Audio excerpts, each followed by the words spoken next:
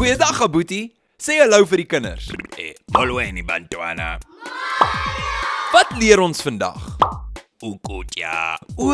Ons leer oor kos. Kom ons leer 'n paar nuwe woorde.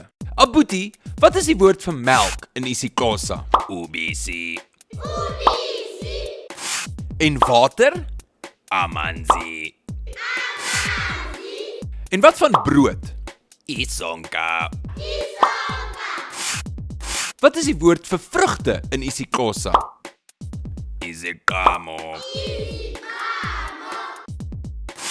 En groente? Imifuno. Kom ons kyk nou wat julle kan onthou. Die woord vir melk in isiXhosa is ubisi.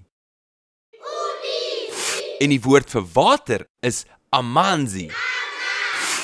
Die woord vir brood in isiXhosa is isonka.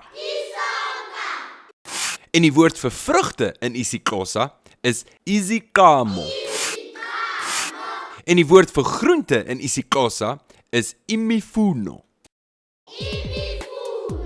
En nou kan julle hierdie woorde in sinne gebruik.